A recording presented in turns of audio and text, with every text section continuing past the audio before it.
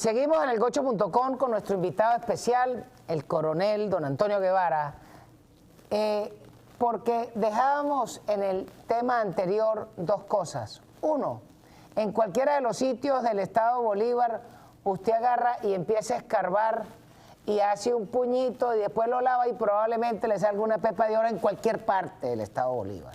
Pero en las riberas del río Guainiamo, si usted se pone a jurungar en el río y se corta con un cristal, esos no son los restos de vidrio de la fábrica de la Owens, Illinois, sino que esos son diamantes.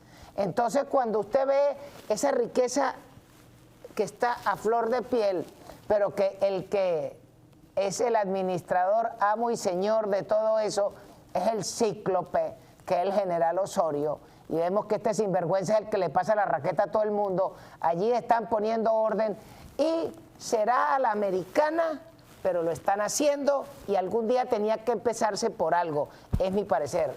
Usted me dice, don Antonio. Sí, Chacón, la dimensión de... Yo voy a dimensionarlo geográficamente. El tema del arco minero está focalizado en 111.000 kilómetros cuadrados.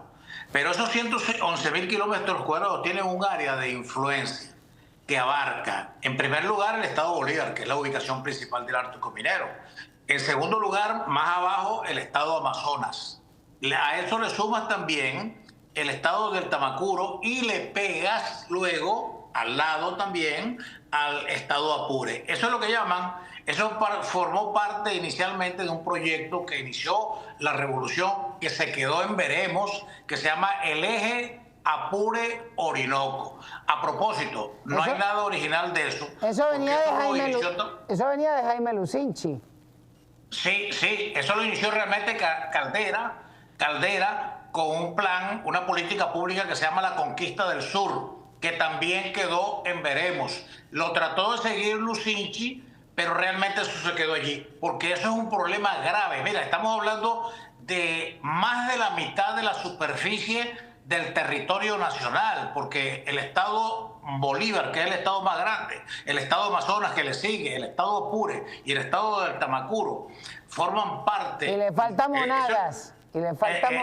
Que agarra una parte del estado de Monagas. Pero cuando tú trazas la línea y dices en la margen derecha del río Orinoco, todo lo que queda en la margen derecha del río Orinoco es una superficie magnífica, insólita del territorio nacional que tiene una baja densidad poblacional. Estamos hablando de muy pocos habitantes por kilómetro cuadrado. Ahora, como dices tú metes una cucharilla en cualquier pedazo de esa tierra por allí, en la superficie de ahí, y sacas un diamante, sacas un ancochano, y incluso en estos últimos tiempos que se está evidenciando la presencia de minerales estratégicos como el coltán, como el torio y por supuesto el uranio. Entonces eso te resalta a ti la importancia de ese territorio, y no solamente la importancia, sino que la aplicación de políticas que vayan a lo estructural, que no sean cosméticas, que no sean episodios espasmódicos para simplemente llamar la atención de la opinión pública sobre una determinada circunstancia. Ese es un grave problema que vamos a heredar, porque la presencia que heredamos desde antes de 1998, a pesar de que la fuerza pública presente allí mantenía a raya el delito.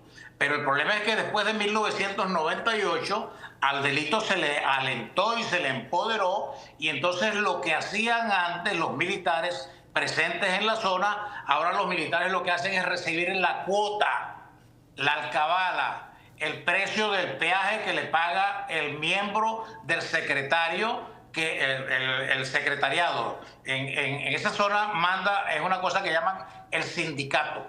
El sindicato es la delincuencia presente, vigente y activa en todo ese territorio, mandando y tomando decisiones simple y llanamente con el aliento de la Fuerza Armada Nacional, a la cual cada cierto tiempo, por supuesto, hay que pasarle lo como llaman coloquialmente raqueta. Bueno, pero insisto, quizás en aras de el cambio que se está dando en el país, y en aras de cumplir el plan que se está planteando el señor Trump para obtener un cambio en Venezuela, porque, insisto, la necesidad de energía de los americanos por parte nuestra es muy importante, pero la generación de riqueza en las minas, eso es una realidad, y eso es lo que hay que ponerle orden, y que el Estado venezolano y el conglomerado de los ciudadanos venezolanos puedan recibir su cuota parte de lo que es el aporte de la generación de riqueza en ese sector del país, porque hoy en día, en vez de pagar el impuesto y en vez de entregar los minerales al Banco Central, que es lo que establece la ley, se lo agarran los bandoleros, bien sea las guerrillas colombianas, los carteles o los terroristas, esos musulmanes de Hezbollah, de Hamas, porque ahí comen todo, y de paso, entonces comen los cuerpos de las Fuerzas Armadas venezolanas, que como usted lo dijo, en vez de ejercer soberanía, lo único que hicieron fue transformarse en el alguacil de Nottingham, cobrando impuestos. Y eso hay que buscar un cambio. E insisto, le falta mucho, pero comenzar por algo de poner orden, yo creo que es algo muy importante para el colectivo venezolano en general. Usted nos dirá. Sí, es que la palabra clave que acabas de señalar es poner orden. Y bueno, hay que tomarle la palabra al régimen, a pesar de que esto no va a pasar más allá. Yo siento que no va a pasar más allá de una puesta en escena, ¿verdad? Pero la Contraloría Social, la Contraloría Política, quien debe ponerla, quien debe exigirla, quien debe presionar para que eso se cumpla y para que eso se plantee en los términos de lo que está exigiendo la administración Trump hacia Venezuela, hacia el tutelado, en este caso Delcy Rodríguez, es precisamente para exigirle que se ponga orden en la zona, pues se ponga orden en ese gran desorden que, repito, que requiere decisiones que lleguen hasta la estructura del problema, hasta lo más profundo del problema, para lograr eso que dices tú, que la redistribución de la riqueza llegue hasta donde tenga que llegar,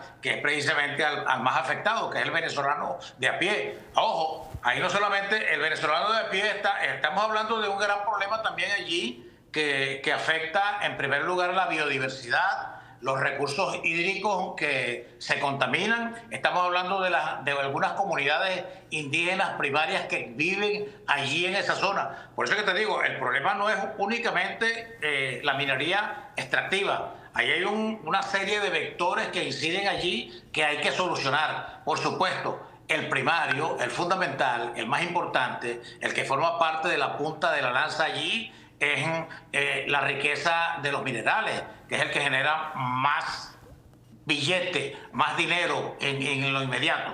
Bueno, mi coronel, muchísimas gracias por acompañarnos.